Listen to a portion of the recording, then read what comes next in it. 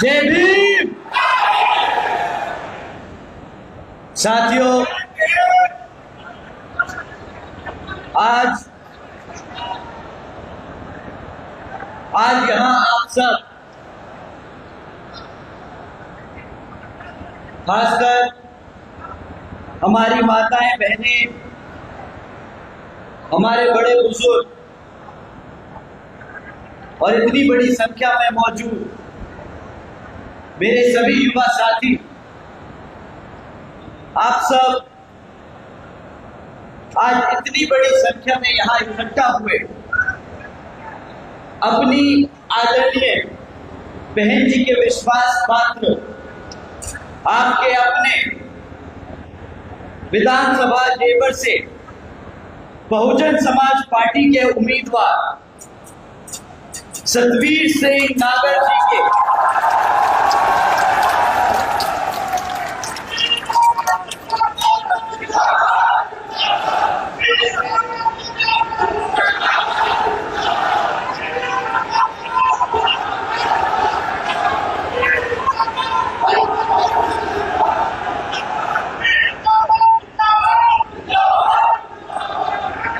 अपने सतवीर सिंह नागर जी के समर्थन में आप सब इकट्ठा हुए, तो आप सभी का मैं तहे दिल से आभार प्रकट करता हूं। साथ ही आज इस सभा को सफल बनाने के लिए पिछले कुछ दिनों से हमारे पार्टी के सभी नेतागण, जिसमें खासकर आदरणीय पूर्व सांसद श्री मुमताज अली जी, श्री नरेश गौतम जी, श्री कृष्ण इंदौरिया जी, श्री लखीम सिंह जी, श्री राजेंद्र सिंह जी, श्री ओम प्रकाश कश्यप जी और उनके साथ साथ हमारे सभी जिला विधानसभा व भाईचारा समेत कमेटी के सभी सदस्य लोग, आप सभी का मैं तहे दिल से आभार प्रकट करता हूं। साथ ही आज मैं आदरणीय बहन जी के संदेश में हम सभी से जुड़े कुछ जरूरी मुद्दे आप लोगों के बीच में रखने से पहले समय समय पर जन्मे महान संतों गुरुओं में से खासकर महात्मा ज्योतिबा फूले, छत्रपति शाहू जी महाराज, श्री नारायण गुरु, बाबा साहब डॉक्टर भीमराव अंबेडकर जी एवं बीएसपी के संस्थापक मान्यवर साहब श्री काशीराम जी को नमन करता। साथियों, मैं बहुजन समाज पार्टी की राष्ट्रीय अध्यक्ष व उत्तर प्रदेश की 4 बार रही मुख्यमंत्री एवं पूर्व सांसद आदरणीय बहन जी के नाम से लोकप्रिय बहन कुमारी मायावती जी का भी पूरे दिल से आभार प्रकट करता हूं। आप सब जानते हैं कि आदरणीय बहन जी ने अपनी पूरी जिंदगी बहुजन समाज पार्टी के जन्मदाता एवं संस्थापक मान्यवर साहब श्री काशीराम जी के बताए हुए रास्ते पर चलकर परम पूज्य बाबा साहब डॉक्टर भीमराव अंबेडकर जी के मानवतावादी एवं आत्मसम्मान व स्वाभिमान के मूवमेंट को अपने आजीवन त्याग, तपस्या व कड़े संघर्ष से एक नई राजनीतिक ऊर्जा व शक्ति और पहचान दी है तथा आपके उत्तर प्रदेश में अपनी पार्टी बीएसपी के नेतृत्व में सरकार बनाकर खासकर हमारे बहुजन समाज के लिए एक ऐसी मिसाल बन चुकी है जिससे प्रेरणा लेकर करोड़ों लोग यहाँ सामाजिक परिवर्तन व आर्थिक तरक्की के इस मिशनरी कार्य से जुड़े हैं। इतना ही नहीं बल्कि मैं खुद भी उनसे प्रभावित होकर बीएसपी मूवमेंट से जुड़ा हूं और उनके पद चिन्हों पर चलकर इस मिशनरी दायित्व व कर्तव्य व फर्ज को अपनी आखिरी सांस तक निभाने की पूरी कोशिश करता रहूंगा। साथियों, जैसा कि आप जानते हैं कि आपके प्रदेश में पिछले 10 सालों से भाजपा की सरकार सत्ता में आसीन है। इन लोगों ने पिछले 10 सालों में क्या काम किया, ये आप लोगों को जानना बहुत जरूरी है। आने वाले विधानसभा आम चुनाव में ये लोग आप लोगों के बीच में आकर कई किस्म के वादे, अपने मैनिफेस्टो और विज्ञापन देकर अपनी कमियों को छुपाने का काम जरूर करेंगे, परंतु आपको इनकी सच्चाई, इनकी हकीकत जानना बहुत जरूरी है। इन्होंने पिछले 10 सालों में कुछ किया ना किया, परंतु विज्ञापन देने में ये कभी पीछे नहीं रहे। इन्होंने विज्ञापन दिया विकसित उत्तर प्रदेश का, इन्होंने कई विज्ञापन दिए एक शिक्षित उत्तर प्रदेश के, उन्होंने विज्ञापन दिया एक सुरक्षित उत्तर प्रदेश का। मैं भाजपा की सरकार की कमियां गिनवाने नहीं आया हूं, उनका रिपोर्ट कार्ड लेके आया हूं। मैं सिर्फ इस मंच से उनका रिपोर्ट कार्ड आप लोगों के बीच में रखना चाहता हूं, और जो हमारे समाज, हमारे लोग, उनकी समस्या है। आज मीडिया बंधु जो यहाँ इतनी बड़ी संख्या में मौजूद हैं, आपके माध्यम से पूरे देश भर में, पूरे उत्तर प्रदेश में लोगों के बीच में रखना चाहता हूं। साथियों, पिछले 10 सालों में भाजपा के उत्तर प्रदेश की सरकार ने 7,000 से ज्यादा करोड़ रुपए विज्ञापन लगाकर आप लोगों को गुमराह कर अपनी कमियों को छुपाने का काम किया है। पिछले 10 सालों में 7,000 करोड़ रुपए इन्होंने खर्च दिए अपनी कमियों को छिपाने के लिए, परंतु उनके पास पैसे नहीं थे। जब झांसी में सरकारी अस्पताल में जब आग लग गई और 10 छोटे बच्चे अपनी जिंदगी खो गए, उसके लिए इनके पास पैसे नहीं थे, पर अपने विज्ञापनों के लिए इनके पास भरपूर पैसा पड़ा। इनके पास 7,000 करोड़ रुपए है विज्ञापन छाप के ये दिखाने के लिए कि हम रोज दिन नौकरी निकालने का काम कर रहे हैं, परंतु हकीकत तो ये है कि 13 लाख से ज्यादा सरकारी पद आज भी खाली पड़े हैं। 7,000 करोड़ हम सरकारी खजाना विज्ञापन देने में खर्च सकते हैं, परंतु जो 13 लाख जो सरकारी पद खाली पड़े हैं, वो हमारे युवा साथियों को नौकरी देने का काम नहीं कर रहे।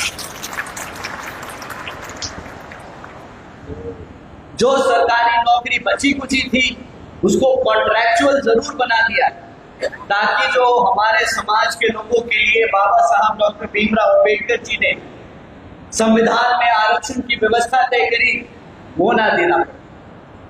आप इनकी मानसिकता को इनके काम से समझने की कोशिश की, इनके हर एक एक्शन से समझने की कोशिश की। इनके पास 7,000 करोड़ थे विज्ञापन छाप के ये दिखाने के लिए कि हम अपने बच्चों को पढ़ा रहे हैं, पर आपको जानकर हैरानी होगी कि पिछले 10 सालों में हमारे उत्तर प्रदेश में ही इन्होंने 25,000 से ज्यादा स्कूल बंद करने का काम किया। अगर आपके पास 7,000 करोड़ रुपए हैं ये विज्ञापन देने के लिए, तो क्या आपके पास हमारे बच्चों को पढ़ाने के लिए स्कूल खोलने के पैसे नहीं? आप लोगों को ये सवाल साथियों उठाना पड़ेगा। तो साथियों, मैं एक एक करके इनका रिपोर्ट कार्ड आप लोगों के बीच में रखता हूं। अगर हम लॉ एंड ऑर्डर की बात करें, पिछले 10 सालों में इन्होंने अपने आप को बहुत अच्छे से ब्रांड किया है, कहा है ये इनकाउंटर की सरकार है। यहाँ पर आदरणीय मुख्यमंत्री जी के राज में यहाँ पर लॉ एंड ऑर्डर एकदम चुस्त और दुरुस्त है, पर हकीकत कुछ और कहती है। पिछले 10 सालों में ये लगातार रिकॉर्ड कहता आया है कि हर साल 30,000 से ज्यादा हत्या हमारे उत्तर प्रदेश में हो रही,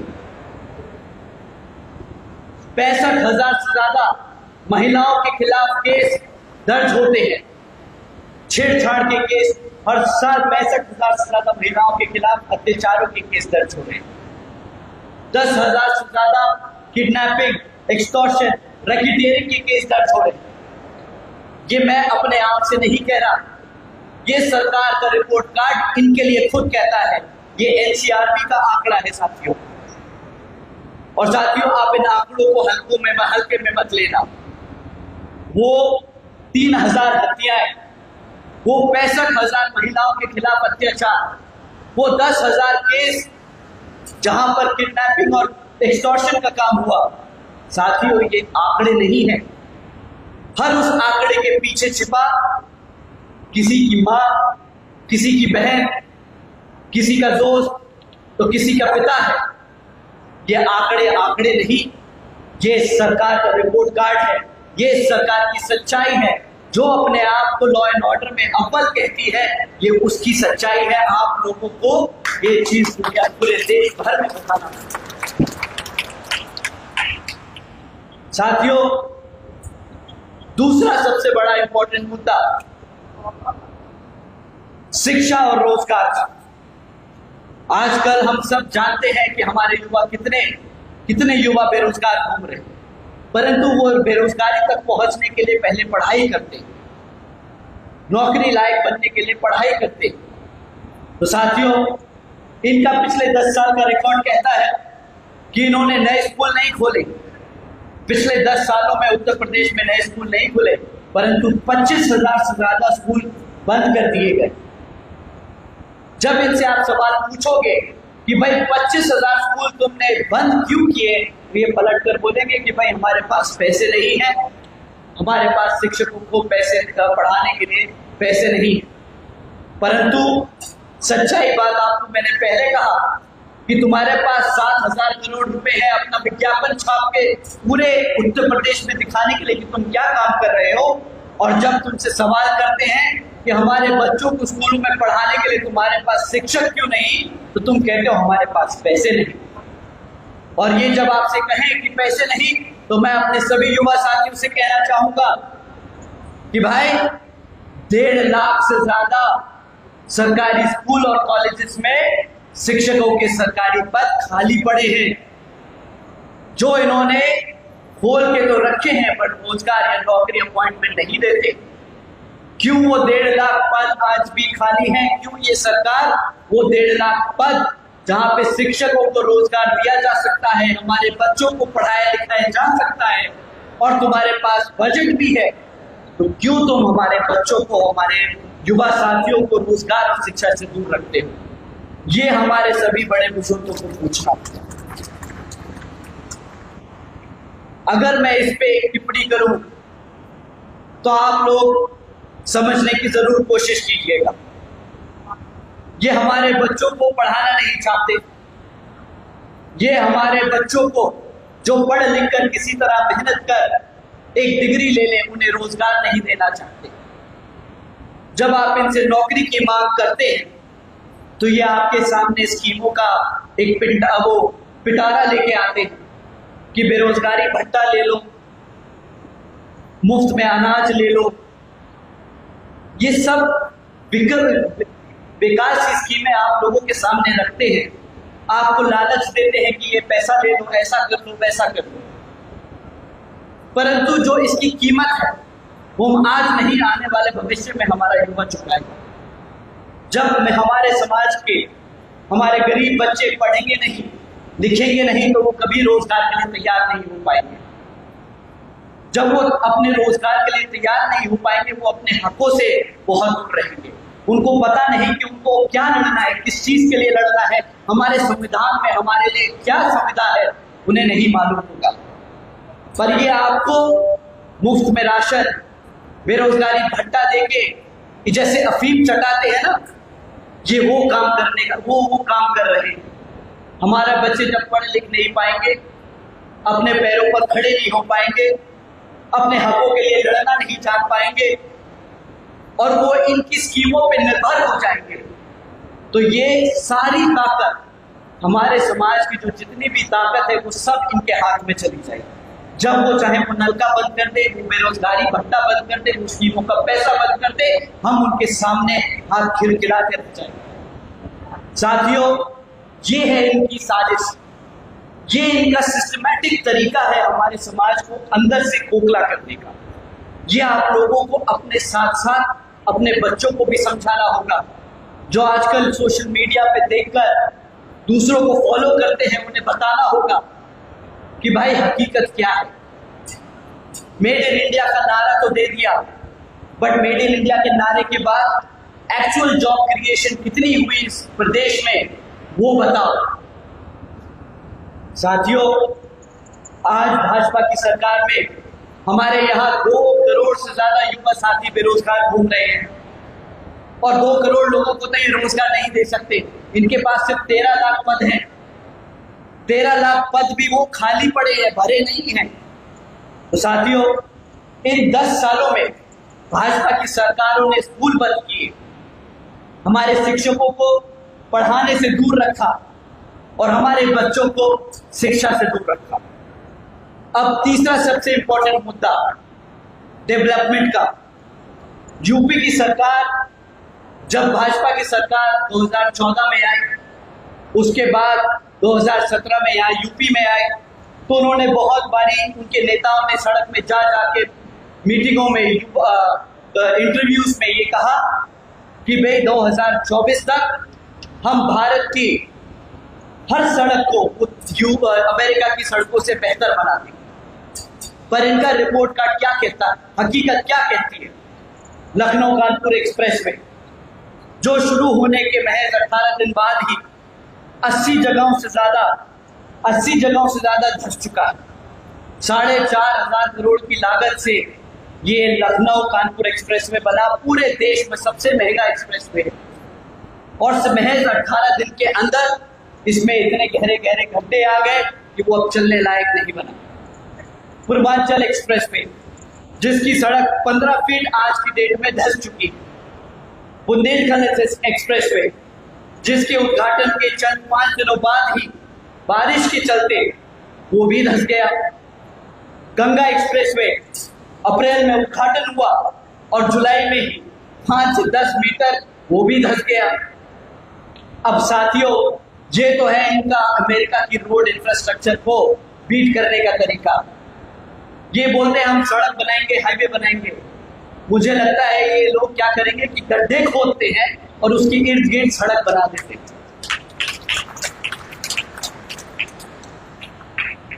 दूसरी तरफ आपकी आदरणीय बहन कुमारी मायावती जी का डेवलपमेंट है। नोएडा आगरा एक्सप्रेस वे कितने लोगों ने यहाँ पे चल के देखा है? कितने लोग नोएडा एक्सप्रेस वे पे चले हैं? आज तक उसमें एक भी गड्ढा दिखा? साथियों, इसे कहते हैं डेवलपमेंट, इसे कहते हैं रिकॉर्ड। साथियों, भाजपा की सरकार ने पूरी कोशिश करी नकल करने की आदरणीय बहन जी की, कि भाई हम भी एक्सप्रेसवे बनाएंगे, हम भी ऐसा बोलेंगे, हम भी ऐसा करेंगे। पर वो कहावत है ना कि नकल के लिए भी अकल चाहिए।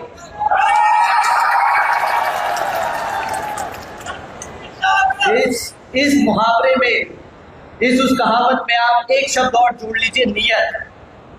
नकल करने के लिए अकल और नियत दोनों चाहिए। ना इनके पास अकल है ना नियत है।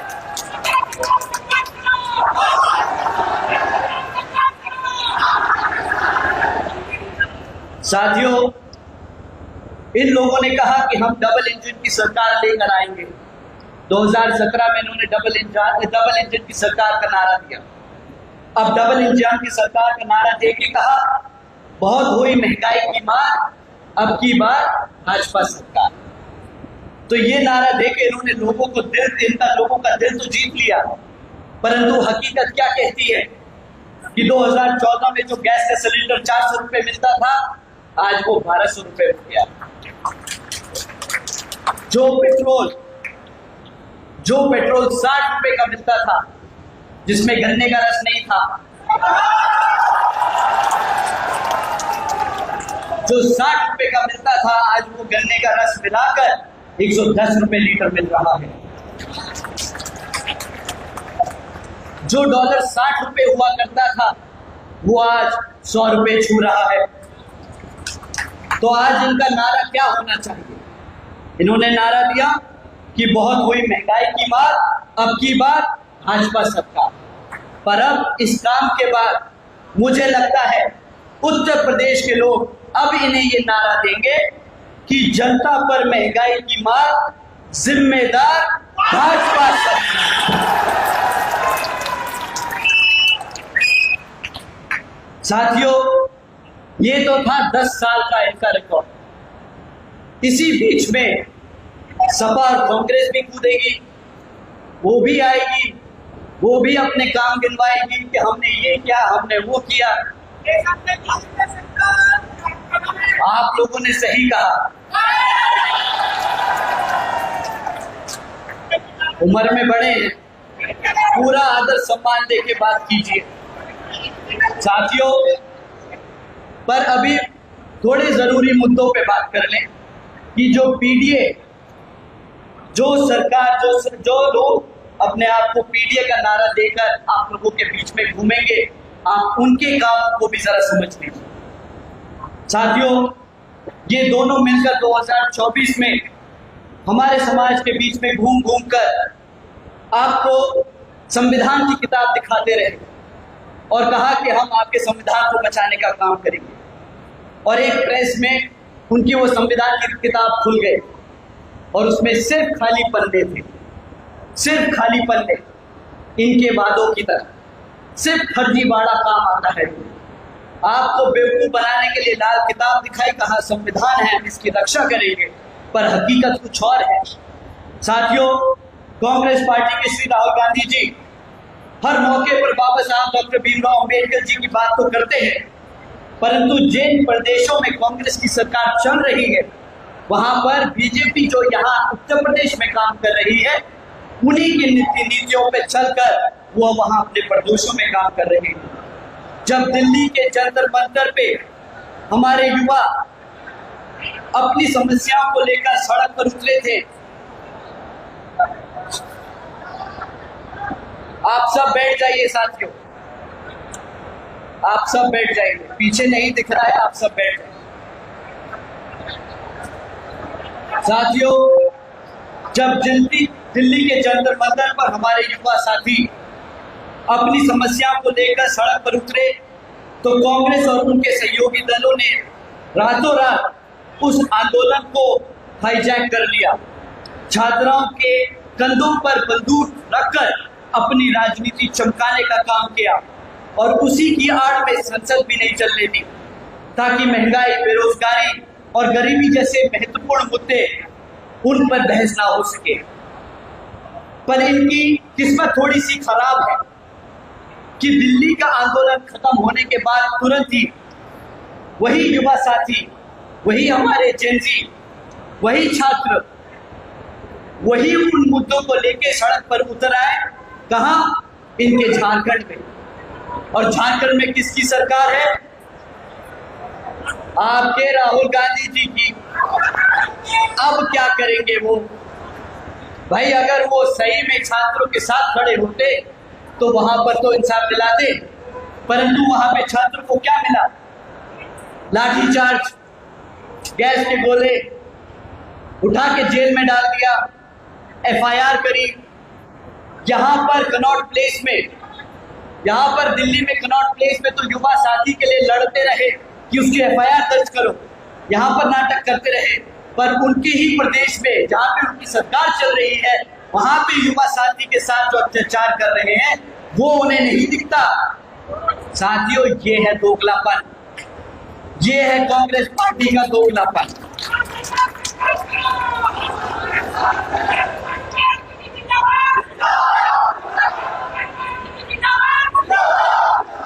आदरणीय बहन जी ने इन लोगों के लिए सही कहा, ये दोनों पार्टियां एक ही सिक्के के दो पहलू हैं साथियों।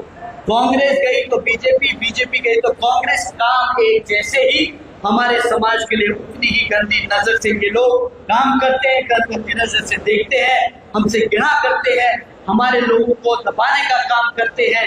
दोनों ही पार्टियां एक ही ताली की थाली के चट्टे बट्टे हैं, ध्यान रखिएगा, ये दोनों अलग नहीं।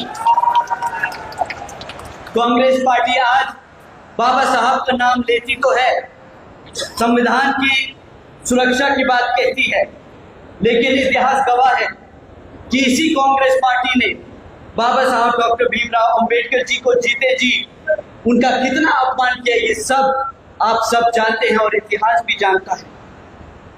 उनका वो कभी भी जीते जी सम्मान नहीं कर पाए। उन्होंने पूरी कोशिश करी कि बाबा साहब डॉक्टर भीमराव अंबेडकर जी लोकसभा ना पहुंच सके। उन्होंने उन्हीं के सेक्रेटरी को उनके खिलाफ खड़ा किया और सरकारी मशीनरी इस्तेमाल कर बाबा साहब जी डॉक्टर भीमराव अंबेडकर जी को हराने का काम किया। ये वही कांग्रेस पार्टी है जो आज कहती है हम आपके संविधान की सुरक्षा करेंगे। साथियों, इनकी ये हरकतों के बाद भी बाबा साहब डॉक्टर भीमराव अंबेडकर जी निराश होकर घर नहीं बैठे। वो फिर से लड़े और फिर वो संविधान लिखे और लोकसभा पहुंचे। परंतु उसके बाद भी क्या हुआ, उनको परेशान कर नेहरू जी ने अपनी कमेटी से, अपनी वर्किंग कमेटी से निकालने का काम किया। उन्हें छोड़ना पड़ा, उनको इतना परेशान किया, उन्हें अपने आप इस जगह से इस्तीफा देना पड़ा। साथियों, ये कांग्रेस पार्टी है जिसने आपके मसीहा को जीते जी सम्मान नहीं दिया। आपको लगता है कि उनके अनुयायियों को, उनके समाज के लोगों को ये लोग आज सुरक्षा, उनके संविधान की रक्षा और आपके लोग हमारे समाज के बच्चों के लिए काम करने की बात करेंगे? ये लोग आपके हकों के लिए लड़ेंगे? साथियों, ये बात आप लोग समझने की कोशिश कीजिए। आदरणीय बहन जी आए दिन ट्वीट करती हैं इन लोगों के बारे में, इनकी हरकतों के बारे में आए दिन रोज ट्वीट करके हमारे समाज को आगाह करने की कोशिश करती हैं। वो बताती है कि किस तरह इनकी हरकतें हमारे समाज को धोखा देने के काम कर रही हैं। तो साथियों, एक और चीज आदरणीय बहन जी ने अभी कुछ दिन पहले ट्वीट करके बताया कि एक तरफ आजकल दिल्ली में जंतर मंतर पर आरक्षण हटाओ आंदोलन चल रहा है।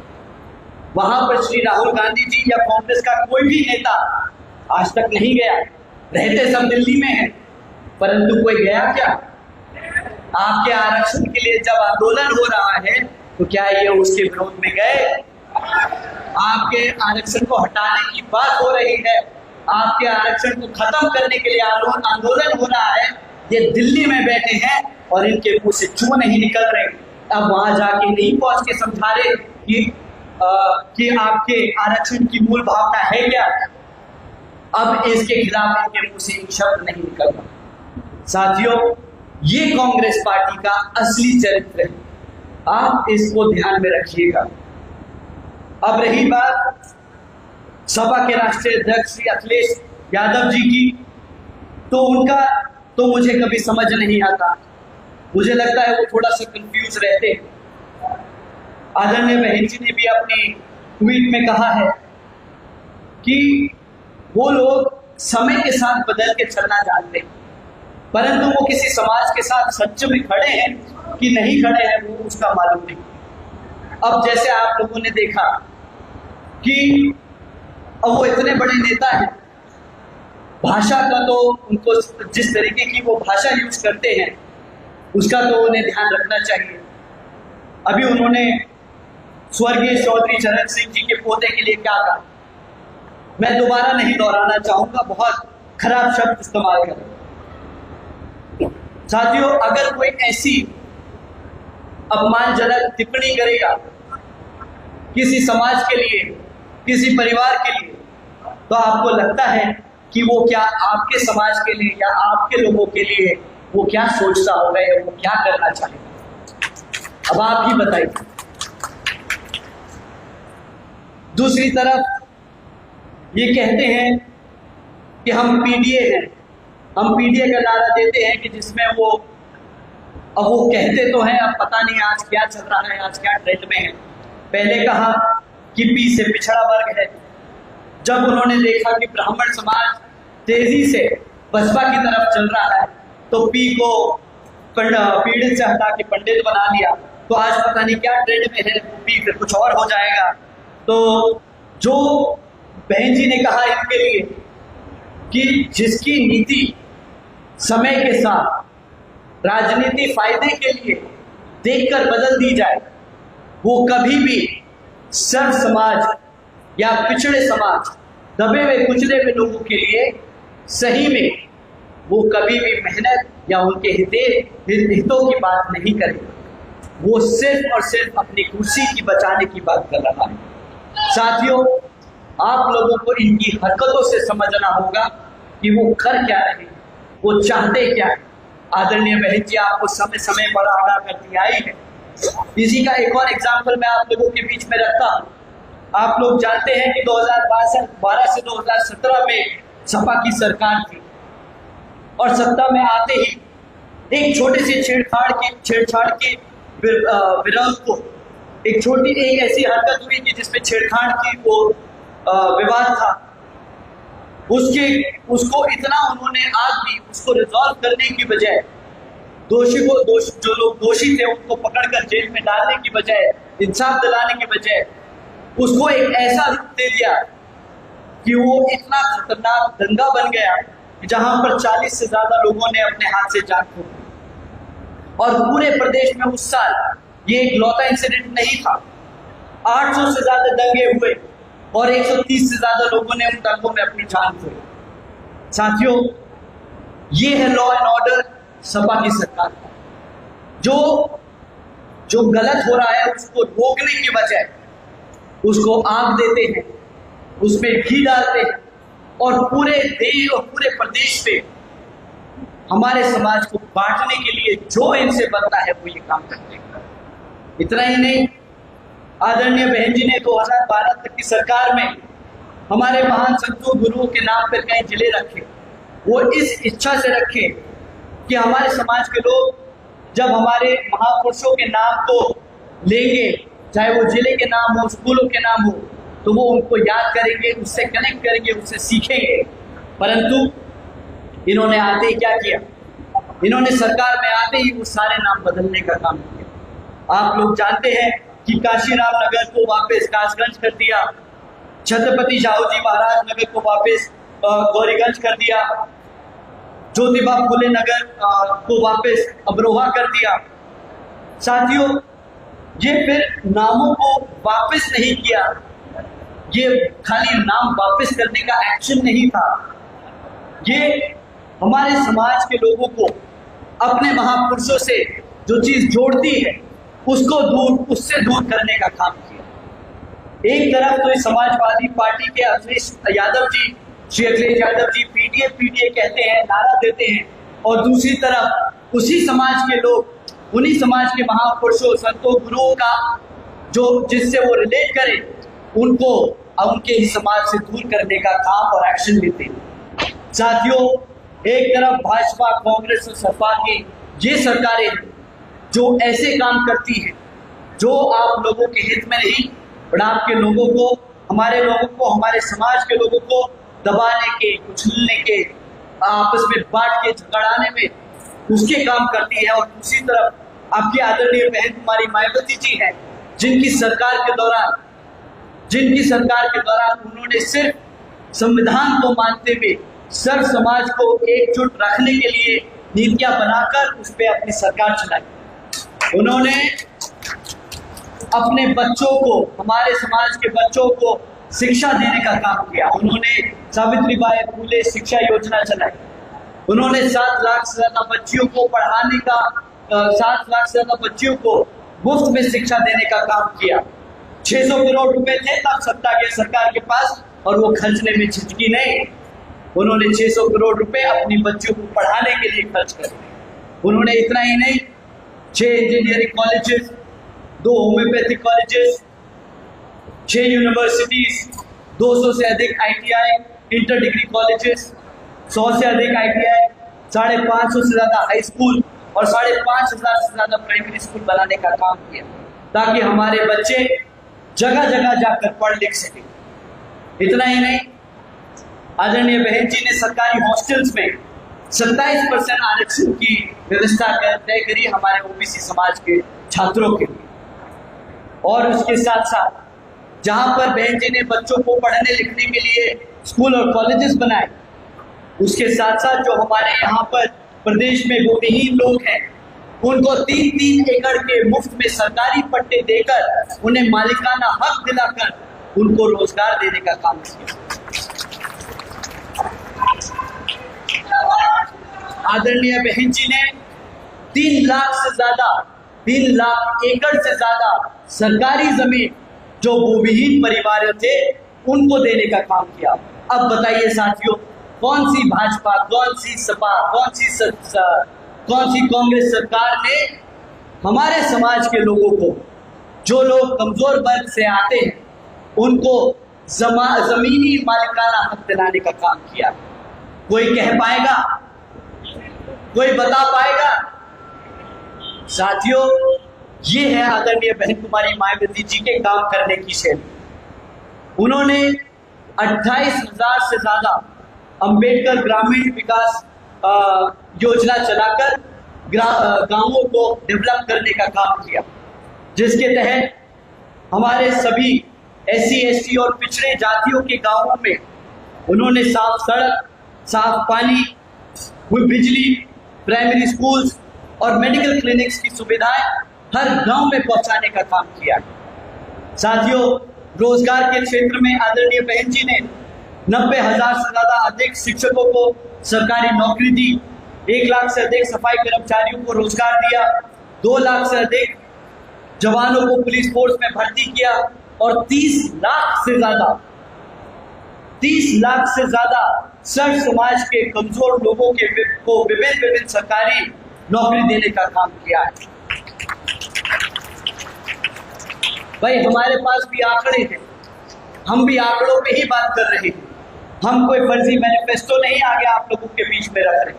आदरणीय बहन जी ने काम करके दिखाया और इसी कार्यशैली को आप याद करिएगा साथियों, कि अगर आप 2027 में बसपा को दोबारा से सत्ता में लाएंगे, आदरणीय बहन जी को 5वीं बार मुख्यमंत्री बनाएंगे, तो आपके बच्चों का भविष्य एकदम सुरक्षित होगा।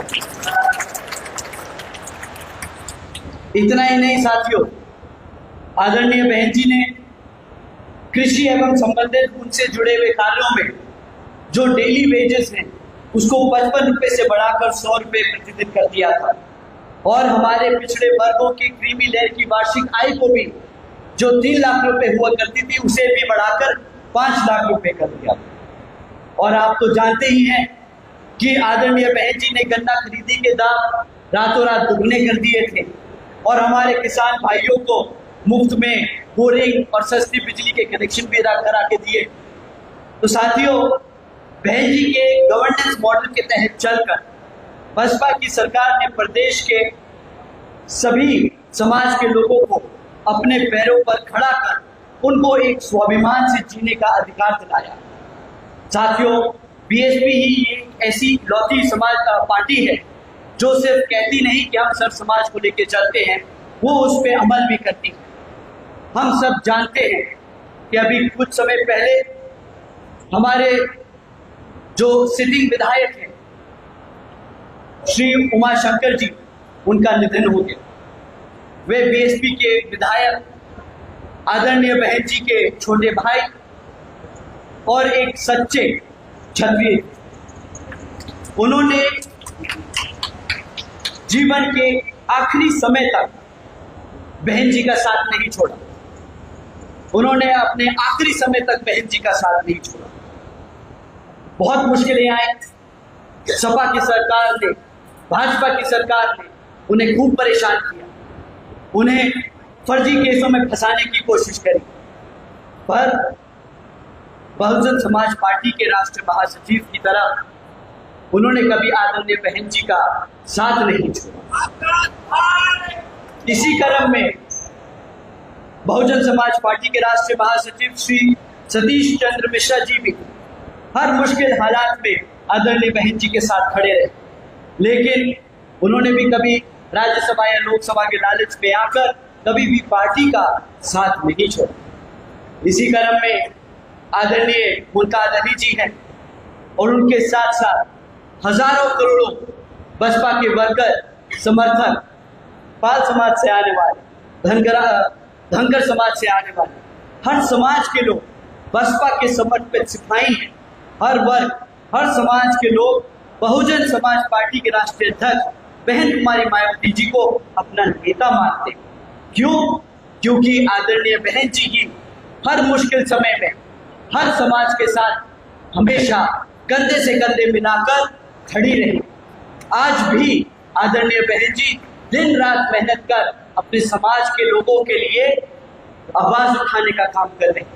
आदरणीय बहन जी, आज भी आपके लोगों, हमारे समाज के लोगों के लिए, हमारे युवा साथियों के लिए, हमारे बच्चों के लिए, उनकी शिक्षा के लिए, उनके रोजगार के लिए, उनके आरक्षण के लिए दिन रात मेहनत कर हमारे विपक्ष में जो बैठे विपक्षी नेता है, सपा के लोग हैं, कांग्रेस भाजपा, उन्हें आए दिन घेरने में कोई कसर नहीं छोड़ती। तो साथियों, अगर आप पूरे प्रदेश में, खैर पूरे देश में, किसी भी देश और पूरे देश में आपको एक कोने से दूसरे कोने तक जाकर अगर आदरणीय बहन जी के बारे में पूछेंगे तो उनके पास अच्छा कहने के अलावा कुछ नहीं होगा, क्योंकि बुरा कुछ करा नहीं तो अच्छे के अलावा बोले तो क्या बोले। तो साथियों, इसीलिए इस बार आप लोगों के एकजुट होकर आने वाले विधानसभा के आम चुनाव में हाथी चुनाव चिन्ह के सामने वाले बटन को दबाकर आपके अपने भाई सतवीर नागर जी को भारी मतों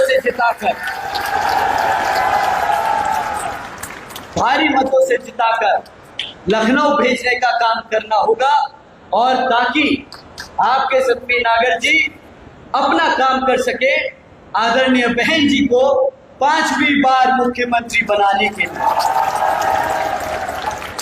साथियों, आप सब ने इतनी देर तक आदरणीय बहन जी के काम, भाजपा की कमियां, सपा के और कांग्रेस के एक्चुअल असली कार्यों को समझने के लिए जो आप इतनी देर से आप लोग बैठे रहे, आप लोगों ने इतने ध्यान से सुना, आप सभी का मैं तहे दिल से धन्यवाद करता हूं। मैं एक बार फिर से पार्टी के सभी छोटे बड़े पदाधिकारी एवं नेतागण, बीबीएफ के नौजवान साथी, हमारे मीडिया के सभी पत्रकार बंधु और हमारे पार्टी के मेहनतकर कार्यकर्ता, आप सभी का मैं तहे दिल से धन्यवाद और आभार प्रकट करता हूं। अपनी बात यही समाप्त करते हुए जय भीम, जय भारत।